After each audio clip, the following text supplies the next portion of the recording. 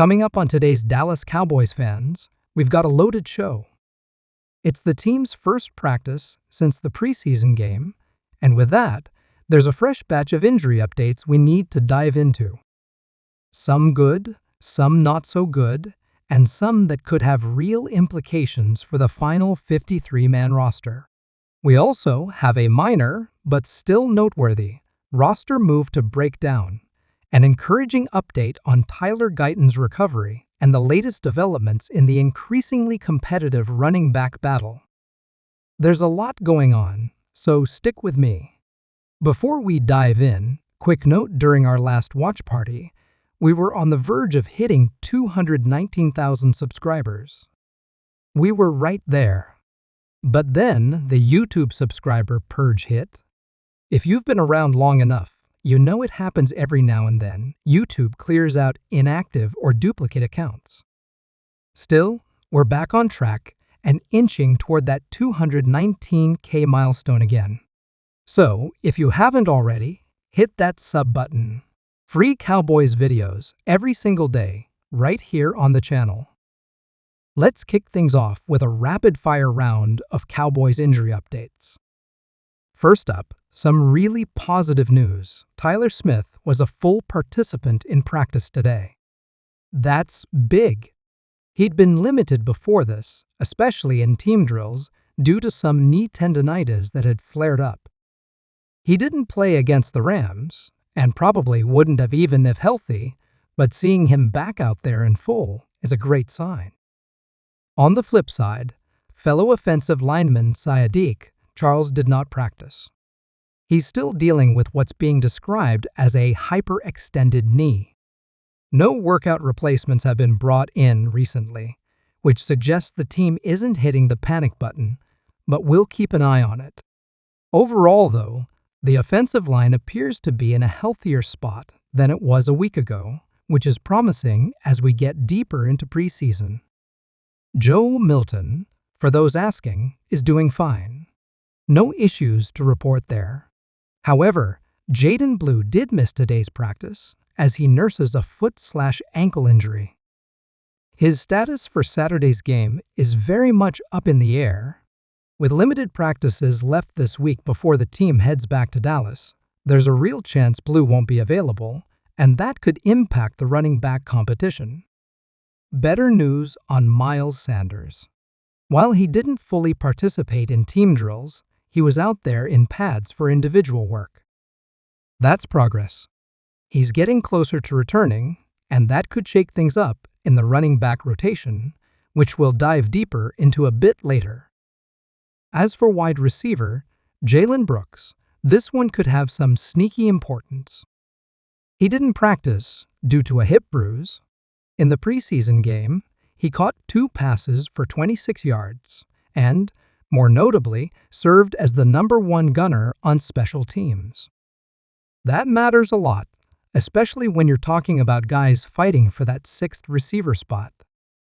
If Brooks can't get back soon, it opens the door for players like Ryan Flournoy or Tyrone Holden, who have their own supporters and might offer more upside at wideout. But if Brooks is healthy, I still think he's the favorite to win that WR6 job, based largely on his special teams value.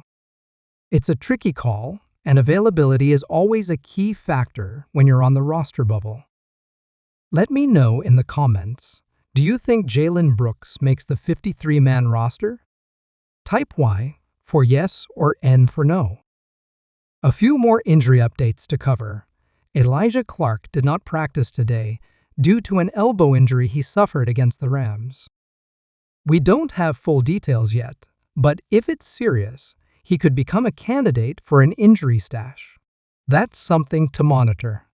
The Cowboys are already thin at safety, and if Clark can't go in at least one of the next 2 preseason games, Dallas may need to bring in another body just to get through reps. Israel Mukuamu and Wanya Thomas haven't exactly been lights out, so maybe more reps for them wouldn't hurt. Peyton Turner was also in and out of practice today with a rib injury. He started the day on the field, but went inside early, and that rib issue he picked up against the Rams seems to still be bothering him. It's a bit of a red flag for me. He was in and out of the preseason game multiple times, and consistency is critical when you're fighting for a roster spot. Like Clark and Brooks, Turner is very much a bubble player, and bubble players can't afford to miss time, especially in a position group as competitive as the trenches. Speaking of bubble players, a quick roster move to mention, Dakota Shepley, who was placed on IR, has now been released with an injury settlement. This likely ends his time in Dallas. He'd bounced on and off the practice squad, but he was a depth piece, and now that roster spot has effectively been cleared. To replace him earlier, the team had claimed Nick Broker off waivers, so no new space was created by the release, just an update to the books. Let's turn now to Tyler Guyton. This is one of those sneaky, important updates. Guyton has been taking part in walkthroughs as he rehabs his knee injury. Offensive coordinator Brian Schottenheimer had some great things to say about how Guyton is attacking the rehab process. According to Schotty, Guyton's intensity and focus during this phase have stood out, especially for a second-year player. That's encouraging. Now read between the lines here. Last season, Guyton dealt with injuries and, by all accounts, may not have pushed through them in the way coaches wanted. Mike McCarthy even hinted that Guyton needed to be a bit tougher. This year seems like a different story. Guyton's going all in, approaching the rehab with urgency and professionalism. That's the kind of growth you want to see from a young lineman. The injury still sucks, no doubt, but the response? That's where you can find some optimism. So how confident are you in Tyler Guyton long-term? Scale it from 1 to 10 in the comments, 1 being not confident at all, 10 being all in. Let's finish with the running back battle, which remains cloudy but extremely competitive. Injuries have played a big role in how this is unfolding, but right now, it looks like Javonte Williams might be the frontrunner, at least for now. Schottenheimer has praised him heavily, calling him smart, professional, and consistent. He even said Williams is having a terrific camp. So for the moment, he's probably your bone, not because he's run away with a job, but because he's the only one who's been fully healthy throughout. Behind him, I'd say we're looking at a 2A/2B situation between Miles Sanders and Jaydon Blue. Sanders gets the edge at 2, simply because he's closer to being ready to play. Blue's injury could shift things quickly, though.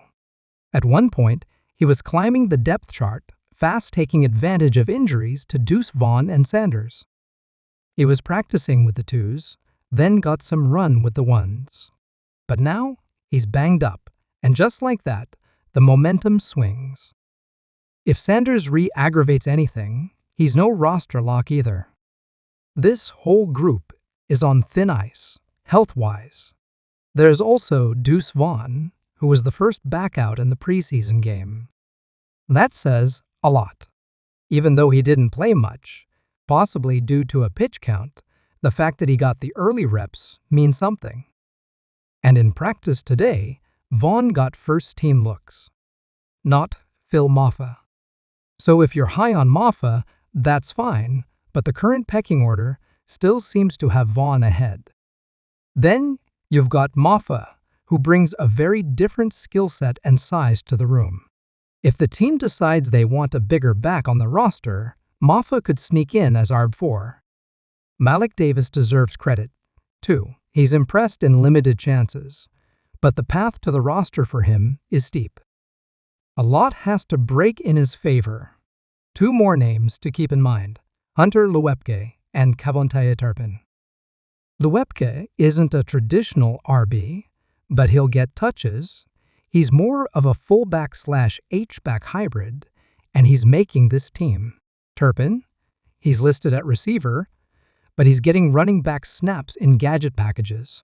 He's RB3, RB4, kick returner 1, gadget guy 1, just an all-purpose weapon.